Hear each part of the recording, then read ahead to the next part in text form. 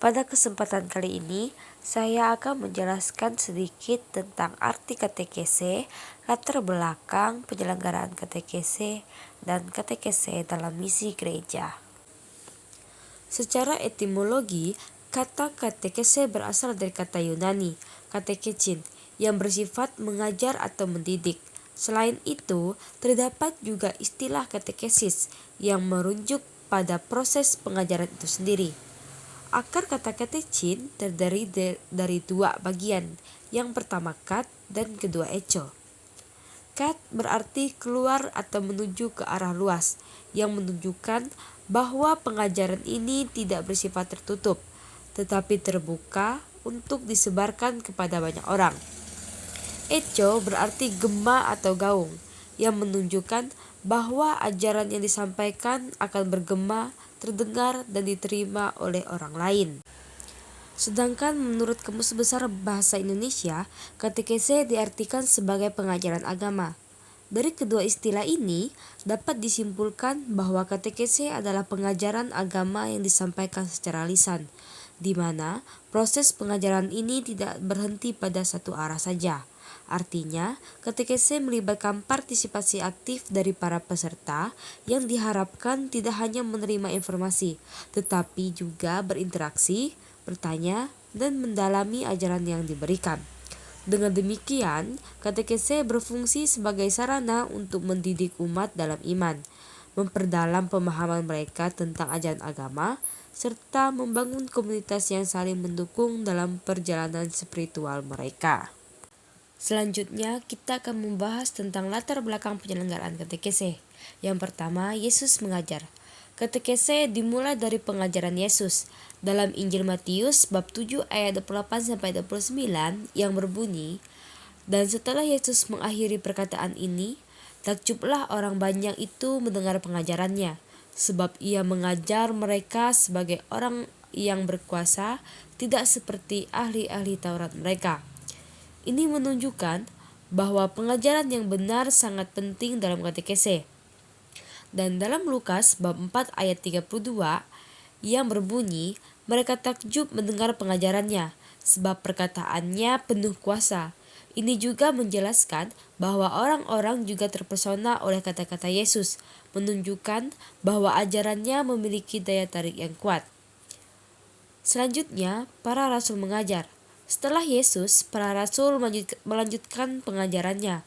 Dalam Matius bab 28 ayat 19-20, Yesus memberi perintah kepada para murid-muridnya untuk pergi dan menjadikan semua orang sebagai muridnya, membaptis mereka, dan mengajarkan semua yang telah Dia ajarkan. Ini juga tugas penting yang harus dilakukan oleh gereja.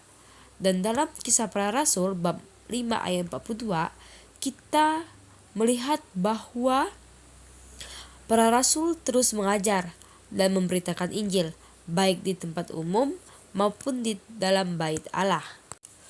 Selanjutnya, Paus Fransiskus dan Paus Yohanes Paulus II mengajar.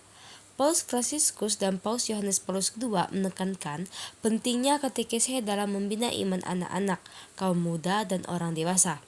Dalam anjuran apostolik Katekesis Tradendae, Paus Yohanes Paulus II menyatakan bahwa katekese adalah proses pembinaan iman yang sistematis dan terorganisir, bertujuan untuk membawa orang ke dalam kehidupan Kristen yang penuh. Ini menjelaskan bahwa katekese adalah proses pembelajaran iman bagi anak-anak, remaja, dan orang dewasa. Ia mengatakan bahwa katekese harus dilakukan secara teratur dan terencana, dengan tujuan membantu orang memahami hidup Kristen dengan lebih baik. Ia juga menekankan bahwa tugas mengajar iman ini sangat penting bagi gereja, sebagai bagian dari misi Yesus kepada para muridnya. Selain itu, katekese yang sejati harus selalu berfokus pada Kristus. Artinya, semua ajaran dan pembinaan iman harus merujuk kepada Yesus sebagai pusat kehidupan iman kita. Selanjutnya, kita membahas tentang katekese dalam misi gereja. KGK 4-10. Keempat, katekese adalah bagian dari rencana keselamatan Allah dan bertujuan untuk membuat manusia semakin mengenal, mengasihi, dan mengikuti Kristus. Ini menunjukkan bahwa katekese bukan hanya sekedar pendidikan agama, tetapi sebuah proses yang mendalam dan transformasional yang mengarah pada hubungan yang lebih dekat dengan Tuhan. Sedangkan kelima, katekese bukan sekedar penyampaian ajaran, tetapi harus membimbing umat kepada kehidupan rohani yang lebih mendalam. Ini mencakup pengembangan spiritual yang melibatkan praktik doa, sakramen, dan refleksi pribadi, sehingga umat dapat mengalami pertumbuhan dalam iman. Sedangkan keenam, katekese merupakan tugas gereja untuk meneruskan ajaran Kristus, sebagaimana diperintahkan dalam Matius bab 28 ayat 19-20. Gereja bertanggung jawab untuk mengajarkan dan membagikan ajaran Kristus kepada semua orang, memastikan bahwa pesan Injil tetap hidup dan relevan di setiap generasi. Selanjutnya KGK 7.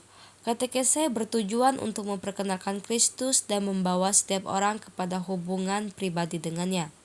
Ini berarti bahwa katekese harus menekankan pengalaman pribadi dan relasional dengan Kristus, bukan hanya pengetahuan teologis.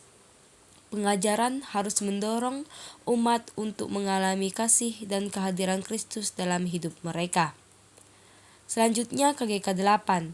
Katekese tidak hanya tentang doktrin, tetapi juga mencakup pengajaran moral, ibadah, dan kehidupan dalam komunitas gereja.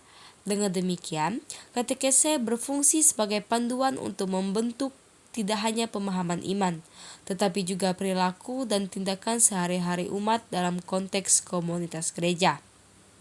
Dan yang terakhir, KGK 9-10, katekese berkaitan erat dengan evangelisasi. Evangelisasi mewartakan Injil kepada semua orang, sedangkan katekese memperdalam pemahaman dan komitmen mereka terhadap iman. Keduanya saling melengkapi. Evangelisasi menarik orang kepada iman, sementara katekese membantu mereka untuk tumbuh dan matang dalam iman tersebut.